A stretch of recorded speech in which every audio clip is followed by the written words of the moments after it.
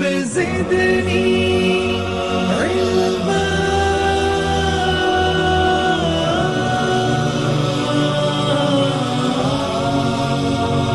رب زدني علما.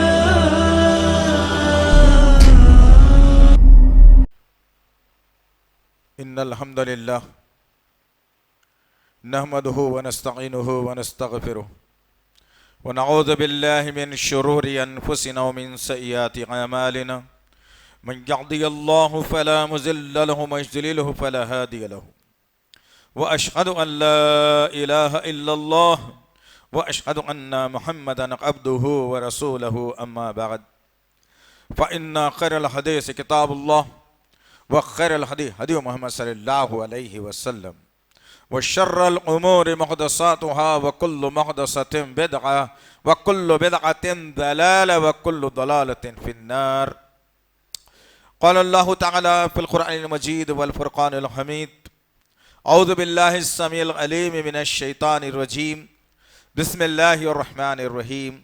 صراط الذين أنعمت عليهم غير المغضوب عليهم ولا الضالين. آمين. ربي اشرح لي صدري ويسر لي امري واحلل عقدة من لساني يفقهوا قولي. ربي زدني علما. آمین رب العالمین.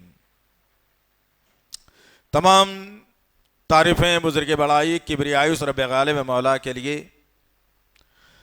جو تمام جہانوں کا پالنہار مدبر مشکل کشا حاجت روا، جس کی ذات میں کوئی شکوہ نہیں، جس کی دانش میں کوئی شکایت نہیں، بر خطا سے لا ریب ہے. درود و سلام محبت وحی کتاب حکمت کے مالک صاحب تاج والمعراج و براق صلی اللہ علیہ وسلم پر. سلام اس پر کہ جس کی سنگ پاروں نے گواہی دی، سلام اس پر کہ جس کی چاند تاروں نے گواہی دی، درود اس پر کہ جس کی زندگی رحمت ہی رحمت ہے، درود اس پر کہ جس کا تذکرہ عینی عبادت ہے. اللہم صلی علی محمد وعلی آل محمد کما صلیت علی ابراہیم وعلی آل ابراہیم انکا حمید مجید. اللہم بارک علی محمد وعلی آل محمد کما بارکت علی ابراہیم وعلی آل ابراہیم انکا حمید مجید. برادران اسلام اور پس پردہ سننے والی اسلام کی معزز معتبر خواتین، یہ اللہ کا بے پناہ فضل اور کرم احسان ہے کہ اللہ وحدہ لا شریک لہ نے ایمان جیسی دولت سے مالا مال فرمایا، اور اللہ کا شکر و احسان ہے کہ اللہ وحدہ لا شریک لہ نے رب کی ربوبیت، رسول کی رسالت اور فکر آخرت کے لیے ایک کتاب کلام اللہ ہمیں عنایت فرمائی.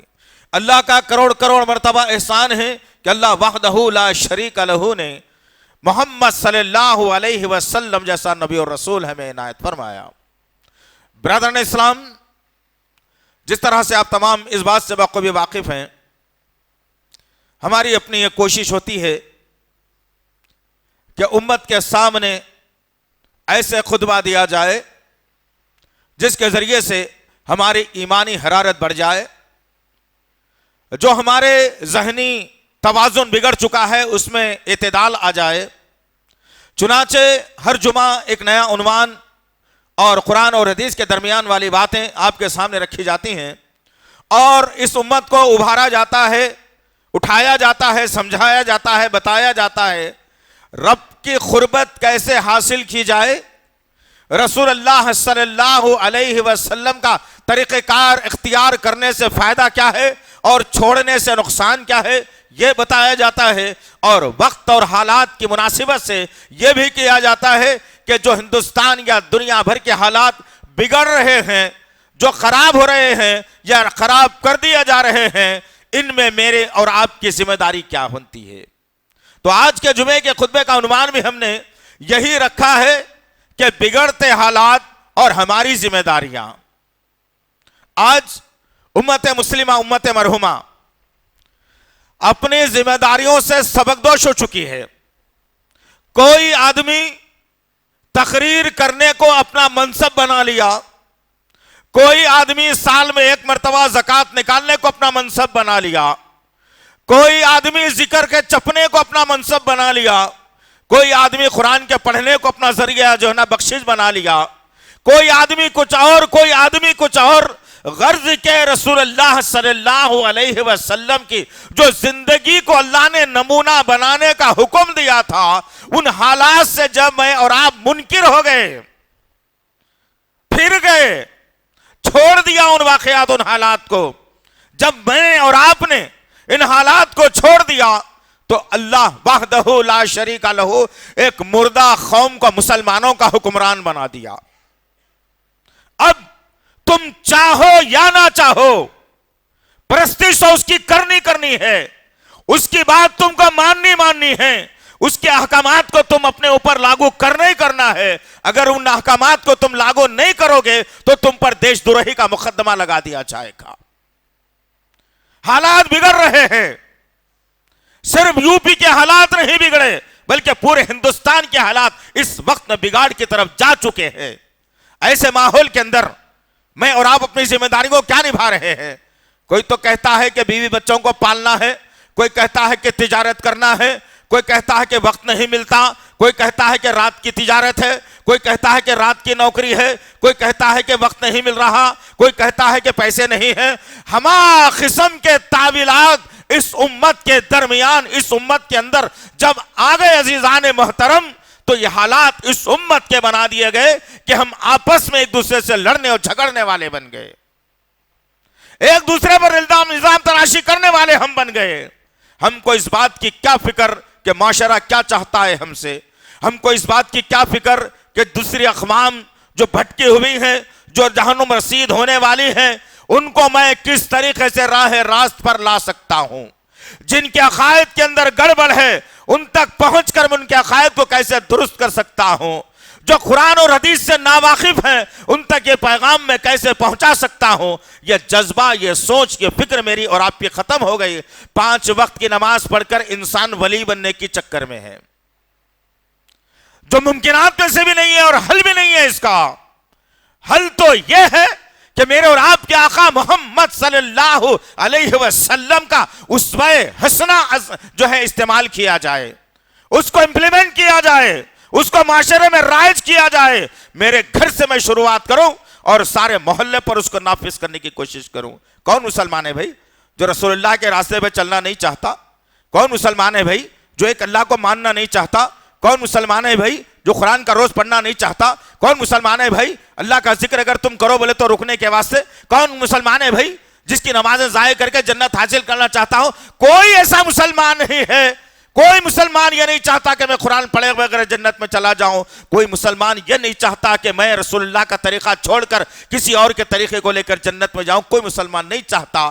سوال سب سے بڑا یہی ہے کہ اللہ کے نبی صلی اللہ علیہ وسلم کا اسوہ حسنہ جہاں ٹوٹتا ہے، آپ کے اسوہ حسنہ کو جب خاندانی منصوبہ بندی کے تحت چھوڑ دیا جاتا ہے تو شیطان اپنا راستہ بنا کر ہماری صفوں میں آتا ہے اور ہمارے درمیان میں انتشار پیدا کرتا ہے، جس کی شکل و صورت آج ہمیں کئی شکلوں میں نظر آتی ہے۔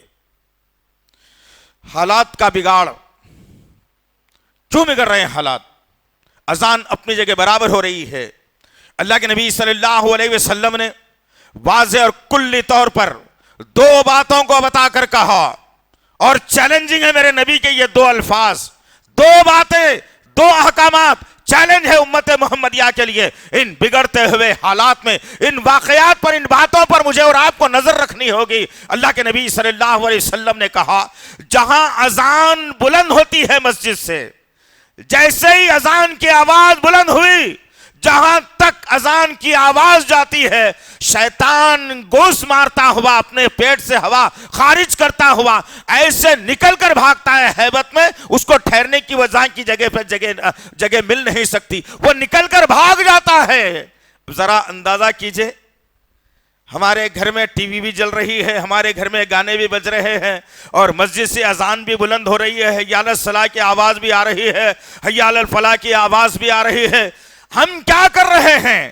شیطان تو ہمارے گھر میں موجود ہے، ہم شیطان کو پناہ دیے ہوئے ہیں، ہم شیطان کو ڈھال دے رہے ہیں، ہم شیطان کو اپنا ساتھی بنا چکے ہیں۔ وہ معاملہ کہاں گیا اللہ کے نبی کا کہ اللہ کے نبی نے کہا کہ اذان ہوتی ہے تو شیطان بھاگ جاتا ہے؟ کہاں سے بھاگتا ہے؟ آبادیوں سے، گلیوں سے، جہاں تک آواز آتی ہے. اور آج اللہ کا کرم ایسا ہے کہ ہر 500 1000 2000 قدم کے اوپر ایک مسجد آپ کو مل جائے گی اور ہر مسجد سے اذان بلند ہوگی. کیا شیطانیت ختم ہو رہی ہے؟ وجہ کیا بن سکتی ہے؟ وجہ یہی بن سکتی ہے کہ میں نے اور آپ نے نام تو نبی کا ضرور لیا لیکن چال کسی اور کی چل لی. نام تو نبی کا ضرور لیا، طریقہ کسی اور کا اختیار کر لیا. نام تو نبی کا ضرور لیا لیکن ان کی باتوں پر 50% میں آ گئے کہ 100% یقین ہمارا ختم ہو گیا نبی کی باتوں سے. پھر شیطانیت جنم نہیں لے گی تو اور کیا ہوگی؟ اور جہاں شیطانیت جنم لیتی ہے وہاں پر حالات بڑے پرکشیدہ ہو جاتے ہیں. اور اللہ کے نبی صلی اللہ علیہ وسلم نے دوسری بات بتائی، عمدہ بات بتائی. اس کو پلے باندھ کر جاؤ میری ماں بہنوں، میرے نوجوان ساتھیوں، میرے بزرگوں. اپنے گھروں میں یہ قانون کو نافذ کرو. تم یہ قانون جب میرے اور آپ کے گھروں میں آئے گا انشاءاللہ یہ حالات جو بگڑ رہے ہیں آج یا بگاڑے جا رہے ہیں وہ حالات کو سدھارنے کا مجھے اور آپ کو اللہ ضرور موقع دے گا، ضرور موقع دے گا انشاءاللہ العزیز.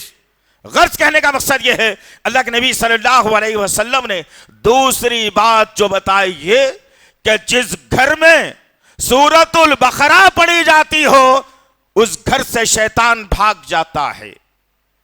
یا اللہ کے نبی صلی اللہ علیہ وسلم نے کہا کہ سورۃ البقرہ کی آخری 2 آیتیں پڑھی جاتی ہے آمن رسول سے کافرون تک، اس گھر سے شیطان بھاگ جاتا ہے. لیکن ذرا غور کرو تو صحیح، شیطانیت تو میرے گھر میں موجود ہے جہاں میں سورۃ البقرہ پڑھنا ہی چھوڑ دیا، جہاں میں سورۃ البقرہ کے آخری 2 آیتیں پڑھنا چھوڑ دیا. اللہ کے نبی صلی اللہ علیہ وسلم نے کہا کہ جب بندہ رات کو سونے کے لیے تیاری کر لیتا ہے، بندے سے مراد عورت اور مرد دونوں آ جاتے ہیں، جب سونے کی تیاری کر لیتا ہے بستر پر اپنے سر کو رکھ دیتا ہے تکیے پر اور پھر سورۃ البقرہ کی 2 آیتیں آمن رسول سے کافرون تک جب پڑھ لیتا ہے تو اللہ وحدہ لا شریک لہ ایک فرشتے کا نزول کر کے صبح کے فجر کی اذان سے پہلے تک اس کی حفاظت کر لیتا ہے. بگاڑ کہاں ہے؟ کون سے بگاڑ کی بات کروں میں آپ سے؟ یہ بگاڑ کی بات کروں جو بھگوا رنگ نے اختیار کیا ہے؟ اس بگاڑ کی بات کروں جو EVM مشین میں بگاڑ پیدا کر دیا گیا؟ اس بگاڑ کی میں بات کروں جہاں مدرسوں کو لاک ڈالنے کی بات کی جا رہی ہے؟ اس بگاڑ کی میں بات کروں جہاں مساجد کو مسمار کرنے کی سازشیں کی جا رہی ہے؟ میں اس بگاڑ کی بات کروں جہاں ہمارے نوجوان بچیوں کے بدن سے کپڑوں کو کھینچنے کی بات کی جا رہی ہے؟ میں اس بگاڑ کی بات کروں جہاں ہمارے نوجوانوں کو نشے کا عادی بنایا جا رہا ہے؟ میں اس بگاڑ کی بات کروں جس کے اندر ہمارے نوجوانوں کو جیل کے اندر بند کر دیا جا رہا ہے؟ میں اس بگاڑ کی بات کروں کہ آج علماؤں کی زندگیوں کو خطرہ لاحق ہو گیا ہے کہ ان کو جیل کی صحبتیں برداشت کرنے پر مجبور کیا جا رہا ہے؟ میں کس بگاڑ کی بات کروں؟ ذمہ دار کون ہے اس کا آخر؟ میں کبھی اپنے ان بگڑتے ہوئے اعمال پر، ان جھوٹے اعمال پر کبھی میں نے گریبان میں منہ ڈال کر سوچا نہیں کہ میری ذمہ داری کیا تھی ان ماحول کے اندر، ان حالات کے اندر؟ کیا میں رول نبھاؤں اس کے اندر؟ میرے آقا نے کیسے رول نبھایا تھا جب حالات خراب تھے؟ جب حالات خراب ہوئے میرے اور آپ کے آقا محمد صلی اللہ علیہ وسلم نے کیا رول ادا کیا تھا؟ کیا ذمہ داری نبھائی تھی؟ کیسے صحابہ کرام کو اٹھا کر کھڑا کر دیا تھا؟ کیا آج وہ ذمہ داریاں قبول کرنے کے لیے میں تیار ہوں یا وہ ذمہ داریاں نبھا رہا ہوں؟ ہرگز نہیں ہے. بچوں کو پڑھانا ہے، نمازیں گئی تو گئی لیکن بچہ دنیا کی تعلیم حاصل کر لے. بچی جوان ہو گئی ہے، اس کی شادی کرنا ہے، پیسوں کو جمع کرنا ہے، چاہے حلال طریقے سے ہو یا حرام طریقے سے ہو، پیسے جمع کرنا ہے، بچے کا نکاح کرنا ہے. کسی کو گھر بنانا ہے، کسی کو بچے کو باہر بھیجنا ہے، کسی کو گاڑی خریدنی ہے، کسی کو جائیداد بنانی ہے، کسی کو کچھ اور کام کرنا ہے. ہر چیز کی پروگرامنگ ہے ہمارے پاس، سوائے اسلام کو چلانے کی کوئی پروگرامنگ نہیں ہے. کبھی بنایا ہے پروگرام کہ چلو بھئی 1 ہفتہ قرآن کے جو نا ہفتہ منائیں گے انشاءاللہ معاشرے میں؟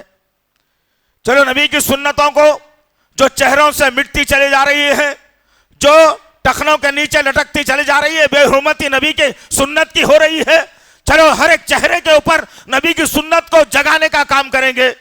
اور اپنے پینچوں کو اوپر کرنے کا ہم کام ایک مہم چلائیں گے. کیا کبھی بنایا ہے پروگرام؟ یہ نہیں بنایا. بچہ 10th میں آ گیا, 11th میں آ گیا, 12th میں آ گیا, اب پریشانی بڑھ گئی. کیا سرٹیفکیٹ ملے گا, کیا نمبرات ملیں گے, کون سے کالج میں داخلہ دلانا ہے.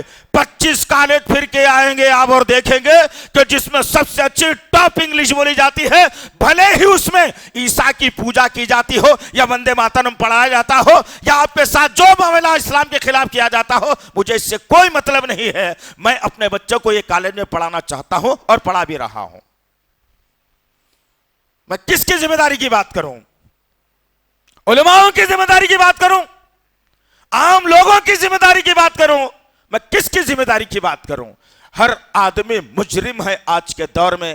جو یہ فکر میری اور آپ کی ختم ہو گئی کہ امت مرحومہ کو وہ طاقت بخشوں جو 1400 برس پہلے تھی, امت مرحومہ کو وہ طاقت بخشو جو میدان بدر میں ملی تھی, امت محمدیہ کی وہ ہمت افزائی کرو جو میدان احد میں میرے نبی نے کی تھی. آج وہ ہمت افزائی نہیں رہی, آج وہ جستجو نہیں رہی, آج وہ طریقہ کار نہیں رہا, آج وہ مشورے نہیں رہے, آج وہ جذبہ نہیں رہا. تبھی تو جا کر میری اور آپ کی درگت, آج جا کر کے میری اور آپ کی حالت, اس ملک کی آزادی میں جو رول ہم نے ادا کیا تھا, ہمارے علماؤں نے جو ادا کیا تھا, ہمارے نوجوانوں نے جو ادا کیا تھا, ہماری ماں بہنوں نے جو ادا کیا تھا, آج اس رول کو اپنے پیروں تلے رون کر یہ کہا جا رہا ہے کہ مسلمانوں سے جو ہے ان کو 2 نمبری کا شہری بنا دیا جائے, ان کو کسی اور ملک کو بھیج دیا جائے. یہ نعرہ تمہارے ملک میں تمہارے سامنے تمہارے کانوں کے پاس ہو رہا ہے. کون ذمہ دار؟ کیا ذمہ داری؟ ابھی بھی اتنے حالات کربناک ہونے کے باوجود ہماری مسجد ویرانی کا شکل جو ہے اختیار کر چکی ہیں. ویران فجر میں ایک صف اگر ہو جاتی ہے تو امام صاحب کے چہرے پر ذرا مسرت آتی ہے کہ ہاں بھائی ایک صف تو ہماری مسجد میں ہو گئی, جبکہ ہزاروں لوگ اس آبادی کے اندر سوئے پڑے رہتے ہیں بستروں کے اندر. اپنی ذمہ داری کو بھول گئے ہم لوگ. کیا کہا تھا میرے آقا نے؟ ذمہ داری کا احساس دلایا تھا. وہ ذمہ داری کا احساس ہم نیند کی آغوش میں ڈا کر بہا دیا. بچے کو کالج جانا ہے, صبح فجر میں نہیں اٹھے گا, 7 بجے اٹھا کے کالج کو اماں بابا بھیج دیتے. بچی کو دور 20 کلومیٹر کالج کو جانا ہے, فجر میں بچی نہیں اٹھ سکتی, لیکن بچی کو 7 بجے اٹھا کر کالج میں بھیج دیں گے. آپ خود نوکری کو جانا ہے, 8 بجے نوکری کو آپ کو جانا ہے, آپ فجر میں نہیں اٹھتے, آپ 8 بجے بسانا منہ لے کے اٹھ کے منہ دھو لے کے نوکری کو جاتے. استغفر اللہ, میں کس کی ذمہ داری کی بات کروں؟ ذرا یاد رکھو, اللہ کے نبی صلی اللہ علیہ وسلم نے ایک نابینا صحابی عبداللہ ابن مکتوم رضی اللہ تعالیٰ عنہ, اللہ کے نبی صلی اللہ علیہ وسلم کی خدمت اقدس میں حاضر ہوئے. نابینا تھے. مسجد نبوی سے کچھ دور کے فاصلے پر آپ کا مکان. آپ نے اللہ کے نبی سے اجازت طلب کی, میرے عزیز نوجوان ساتھیوں, تمہاری آنکھوں میں جو روشنی ہے نا, جس کو تم دیکھنے کی چیزیں بھی دیکھتے ہو اور نہ دیکھنے کی بھی چیزیں تم دیکھتے ہو, تمہارے لیے یہ واقعہ درس عبرت ہے, تمہارے واسطے للکار ہے, تمہارے واسطے تمہارے بگاڑ میں سدھار پیدا کرنے کی ایک بہت بڑی ذمہ داری کا احساس دلانے والی بات ہے اس واقعے کے اندر. عبداللہ ابن مکتوم رضی اللہ تعالی عنہ اللہ کے نبی کی خدمت میں حاضر اور پوچھنے لگے, یا رسول اللہ, میں نابینا ہوں, نظر نہیں آتا, دکھتا نہیں ہے کچھ بھی, فجر میں اندھیرا ہوتا ہے نا, کوئی بھی نہیں رہتے, راستے میں گڑے ہیں, نالا ہے, پتھر ہیں, آؤں گا ٹھوکر لگے گی تو نقصان ہوگا, کیا میں اپنے گھر میں نماز ادا کر سکتا ہوں؟ اللہ کے نبی صلی اللہ علیہ وسلم نے پہلے تو کہا ہاں ادا کر لو, تکلیف ہوتی ہے ادا کر لو, لیکن اللہ کے نبی صلی اللہ علیہ وسلم نے پلٹ کر سوال کیا اور پوچھا, اے میرے ساتھی, اے میرے بھائی, کیا اذان کی آواز تیرے گھر تک پہنچتی ہے؟ اللہ اکبر. یہاں ہے اصل ذمہ داری کا احساس. اللہ کے نبی صلی اللہ علیہ وسلم نے عبداللہ بن مکتوم رضی اللہ عنہ سے پوچھا, اذان کی آواز تیرے گھر تک آتی ہے؟ انہوں نے کہا کہ ہاں میرے گھر تک اذان کی آواز آتی ہے. تو پھر تجھے مسجد تک آنا لازم اور ضروری ہے. عبداللہ بن مکتوم رضی اللہ عنہ کہتے ہیں, یا رسول اللہ, میں نابینا ہوں, کوئی راستہ بتانے والا نہیں, پتھر ہے, گڑا ہے, کہیں نقصان ہو سکتا ہے. تو اللہ کے نبی نے مشورہ دے کر کے کہا کہ مسجد سے لے کر تیرے گھر تک ایک رسی کو بن لے جا,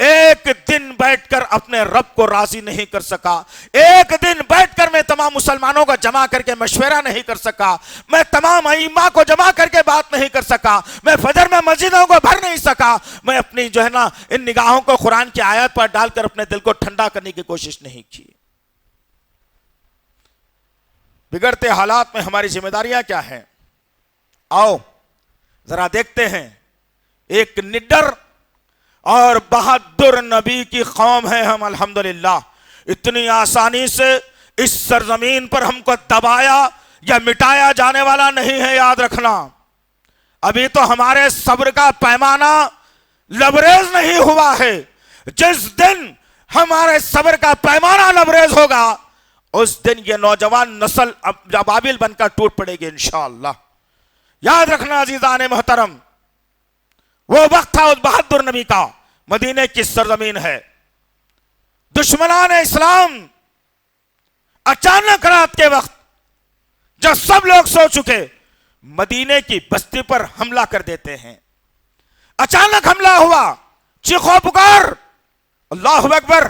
ابھی صحابہ کرام اپنے گھروں سے نکلنے ہی والے نکلے ہیں، باہر نکلتے ہیں صحابہ کرام تو کیا دیکھتے ہیں کہ سبحان اللہ، وہ نور مجسم محمد صلی اللہ علیہ وسلم سب سے پہلے میدان میں ہے، اور کہتے ہیں محمد صلی اللہ علیہ وسلم تم نے آنے میں دیری کر دی، میں پہلے نکلا اور دشمن کو پیٹ کے پاؤں لگا کر بھاگنے پر مجبور کر دیا، جاؤ اپنے گھروں میں سو جاؤ، میں سب سے بھیڑنے کے لیے تیار ہوں۔ یہ ہے میرے نبی کا اسوہ طریقہ کار بھی۔ محبت کا پیغام الگ، جہاں دشمن آتا ہے تو وہاں کا پیغام کچھ اور الگ۔ کیا تمہارے اندر ہے یہ جستجو؟ کیا تمہارے اندر ہے یہ طلب؟ کیا تمہارے اندر ہے یہ فکر؟ کچھ بھی فکر نہیں ہے۔ روز کئی بچیوں کو ہم اپنی آنکھوں سے دیکھ رہے، کریں تو کیا کریں؟ ایسا قانون بنا دیا گیا کہ میں اور آپ زبان کھولنے سے گریز کر دیے اور قانون بن بھی چکا۔ کیا قانون بن چکا؟ قانون یہ بن چکا کہ کوئی غیر مسلم لڑکا کسی مسلم لڑکی کو اگر بٹھا کر لے جاتا ہے تو اب آپ اسے روک نہیں سکتے کہیں پر بھی۔ اگر آپ روکیں گے اسے تو آپ کو کرمنل کیس میں پھنسا دیا جائے گا۔ ہو گیا؟ آپ نے کیا کیا بھائی؟ کیا کیا؟ آپ اس بات کے منتظر ہیں، معاف کرنا مجھے، آپ اس بات کے منتظر ہیں کہ میری بیٹی اسی طریقے سے کہیں بھاگ جائے گی تو میں جوش میں آؤں گا، میرے خاندان کی کوئی بیٹی کی عزت اگر لوٹ لے گا تو پھر میں اٹھ کے کھڑا رہوں گا اور بولنے کی جرت کروں گا۔ آپ تو یہ فکر میں ہیں، اس لیے کہ آپ کے ساتھ یہ تکلیف نہیں ہوئی نا۔ اصل میں جس کی بیٹی بھاگی ہے، جس کی بیٹی کو بھگایا گیا ہے، جس کی بیٹی کی عزت تار تار ہوئی ہے، اس کے لیے تم نے کبھی جستجو نہیں کی، ان ماں باپ کے دل پر ہاتھ رکھ کر تم نے کبھی انہیں ڈھارس نہیں بندھائی، اس لیے کہ تم نے اپنی ذمہ داری کو سبکدوش سمجھ لیا۔ تم بچے ہوئے رہیں گے، سمجھ رہے ہو مجھے کیا کرنا ہے۔ ابھی ایک واقعہ درپیش آیا، ایک آرٹیسی بس میں ایک عورت کی عصمت کو تار تار کر دیا گیا۔ کون اٹھا تم میں سے؟ پوچھے گا اللہ، تمہاری جوانیوں کو للکار کر پوچھے گا، تمہارے ماں باپ سے بھی پوچھے گا۔ اگر تمہاری بیٹی کے ساتھ یہ معاملہ ہوتا تو کیا تم چین سے اپنے گھر میں بیٹھے ہوئے رہتے؟ کیا تمہارا بیٹا یہ حرکت کرا ہوتا کیا تم اپنے گھر کے اندر اطمینان سے بیٹھے ہوئے رہتے؟ نہیں رہتے نا۔ حالات بگاڑے جا رہے ہیں اور میں اپنی ذمہ داریوں کو چھوڑتا جا رہا ہوں۔ آج وقت ہے عزیزان محترم، آج وقت ہے اس ملک کو ہندو راشٹر بنانے کی پوری 100% کوشش ہو چکی ہے۔ چاہے میری بات آپ کسی بھی ضمن میں لے لیجئے، اس ملک کو جو ایک سیکولر ملک کہا جاتا ہے، ایک گنگا جمنی تہذیب والا ملک بتایا جاتا ہے، لیکن اس ملک کو درندوں نے اس طرف ڈھکیل دیا ہے کہ اب ذہنوں میں اور سوچ و فکر میں جو ہے بہت بڑی درندگی آ گئی، اور ایک ہندو راشٹر کی شکل میں جیسا نیپال ابھر کے آیا اسی طریقے سے ہندوستان کو بھی ابھارنے کی پوری تیاری ہو چکی ہے۔ اور جینوسائیڈ نامی ایک تنظیم نے اپنے تمام تر واقعات کو، اس کے تجربات کو، اس کی پیشن گوئیوں کو اپنی کتاب، اپنی باتوں میں رکھ کر کے پوری دنیا کے سامنے رکھ دیا کہ آئندہ چند سالوں میں ہندوستان کے اندر جینوسائیڈ انہیں نسل کشی ہونے والی ہے، اور نسل کشی صرف اور صرف مسلمانوں کی ہونے والی ہے۔ جیسا گجرات کی سرزمین پر ہوا، جیسا تریپورہ کی سرزمین پر ہوا، جیسا آسام کی سرزمین پر ہوا، جیسا مظفر پور کی سرزمین پر ہوا، یہ حالات بنائے جا رہے ہیں، بنا دیے گئے، ہونے والا ہے۔ تم بس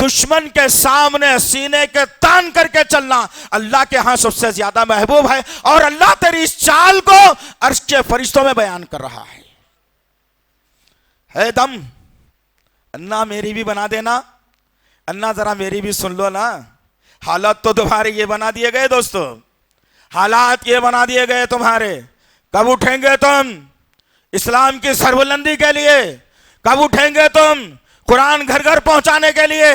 کب اٹھیں گے تم چہروں پر داڑیاں رکھنے کے لیے؟ کب اٹھیں گے تم نبی کی سنتوں کو زندہ کرنے کے لیے؟ کب اٹھیں گے تم جو بہنوں کی عصمتیں تار تار کر رہے ہیں ان ظالموں کے پونچھوں سے ہاتھوں کو کاٹنے کے لیے؟ کب اٹھیں گے تم جو زبان اسلام کے خلاف بول رہے ہیں ان کو کاٹنے کے لیے؟ کب اٹھیں گے تم جو ذہن اسلام کے خلاف کام کر رہی ہے ان ذہنوں کو پاش پاش کرنے کے لیے؟ ارے کب اٹھیں گے تم مساجد کو بھرنے کے لیے؟ ارے کب اٹھیں گے تم اسلام کی عزت کو بچانے کے لیے؟ ارے کب اٹھیں گے تم اپنی بہنوں کی عزت کو بچانے کے لیے؟ ارے کب اٹھیں گے تم اس ملک کو دشمنوں کی سازشوں سے آزادی دلانے کے لیے؟ ارے کب اٹھو گے آخر تم اٹھنا نہیں چاہتے، حالات بگڑ رہے ہیں، میں ذمہ داری کو چھوڑ رہا ہوں اور میں سمجھ یہ رہا ہوں کہ نہیں مجھ سے تو یہ کام ہونے والا نہیں ہے، تو تم زنخے بن جاؤ، زنخے۔ اور لوگ کہیں گے زنخہ کس کو بولتے بھائی؟ تو آسان جملوں میں کہہ رہا ہوں، ایک عورت ہوتی ہے جس کے صفات الگ ہوتے ہیں، ایک مرد ہوتا ہے اس کے صفات اور ہوتے ہیں۔ تم ہجڑے بن جاؤ، ہجڑے، اور کہو کہ ہم سے نہیں ہونے والا ہے یہ۔ اٹھو، آواز نکالو، دن دن آتے ہوئے بڑے بڑے لامے لامے قدموں کو ڈالو، اپنی گردنوں کو مضبوط بناؤ، اپنے ہاتھوں اور پنجوں کے اندر طاقت پیدا کرو۔ دشمن کو ایک اگر پڑ جائے تو دشمن چاروں خانے چت ہو جائے، ایسا تو ہرگز نہیں ہے۔ تم نہیں کر سکتے یہ کام، تم سے نہیں ہو سکتا یہ کام، اس لیے کہ تم جوڑے کی رقم کا ولیمہ نہیں، ابا کے جیب سے سٹے ہوئے پیسوں سے کھانا، بہت ساری بیماریاں ہیں اس امت کے اندر، بہت ساری بیماریاں، دیوس بنا دیا گیا اس قوم کو۔ عزیزان محترم، ان بگڑتے حالات کے اندر ہماری ذمہ داریاں کیا ہیں؟ اللہ کے نبی صلی اللہ علیہ وسلم کا اسوہ ہمیں بتاتا ہے کہ بگڑتے ہوئے حالات میں ہماری ذمہ داریاں کیسی ہونی چاہیے۔ کبھی ہم نے نبی کی سیرت مبارکہ کو پڑھا نہیں، کبھی آپ کے اسوہ پر نظر رکھا نہیں، کبھی صحابہ کی زندگیوں کو ٹٹولا نہیں، کبھی امہات مومنین کی زندگیوں کو پڑھا نہیں، کبھی صحابیات کی زندگی کو پڑھا نہیں، کبھی صحابیات کے بچوں کی زندگیوں کو ہم نے پڑھا نہیں، بس ہماری زندگیاں لوگوں کی جو ہے زندگیوں کو پڑھنے میں گزر رہی ہیں۔ آج وقت ہے، آج ہمارے پاس اسلام کو بچانے کا، اپنی بہنوں کی عصمتوں کو بچانے کا، اس ملک کی تقدیر پھر سے بدلنے کا، ورنہ آگے چل کر دونوں ہتھیلیوں پر ہتھیلیاں رکھ کر مسلنے کے سوا اور کوئی چارہ نہیں رہے گا، اور پھر حالات ایسے خراب کر دیے جائیں گے کہ تمہاری آواز جیسے ہی بلند ہوگی ویسے ہی تمہیں جو ہے نا جیل خانوں کے اندر بند کر دیا جائے گا۔ آج موقع ہے، آج آواز کو بلند کرو، آج آواز کو اٹھاؤ اور اپنے حقائق کو، اپنے حقوق کو منوانے کا 100% تگو دو محنت کرو، اور رات کے کسی آخری پہر میں اٹھ کر اپنے روٹھے ہوئے رب کو منوا لو۔ انشاءاللہ العزیز صبح کا سورج جب نکلے گا تمہارے جو ہے نا تقدیر کو بدلنے والا سورج نکلے گا انشاءاللہ۔ کب ہوگا یہ؟ کب ہوگا؟ تب ہوگا جب ناچ گانے کی محفلیں ختم ہوگی، تب ہوگا جب توحید کا نظام قائم ہوگا، تب ہوگا جب رسالت کا بول بالا ہوگا، تب ہوگا جب نوجوان اسلام کی طرف لپک کر آئے گا، تب ہوگا جب مسجدیں تنگ دامانی کا شکوہ کریں گی، تب ہوگا جب ہر ایک کی زبان سے قرآن کے الفاظ نکلیں گے، تب ہوگا جب اپنے ماں باپ کی قدر و قیمت جان لے کر ان کی خدمت جو ہے لازم و لزوم ہو جائے گی، تب ہوگا جب حرام کام بند ہو جائیں گے، تب ہوگا جب حلال ہمارے لقمے ہمارے حلقوں سے اتریں گے، تب جا کر کے اس ملک کی تقدیر بدل سکتے ہیں میں اور آپ۔ لیکن میں بدلنا نہیں چاہتا، نہ بدلنا چاہتا ہوں، نہ میں خود بدلوں، نہ کسی اور کو بدلنے کا موقع دوں۔ میں بھی جہنم میں جاؤں، تم بھی جہنم میں جاؤ، میرا اور آپ کا طریقہ کار یہی رہ گیا ہے۔ کیا ہو رہا ہے آخر؟ شرمندگی کی بات، پوری دنیا کے حالات بدل رہے ہیں، پوری دنیا کے حالات بدل رہے ہیں۔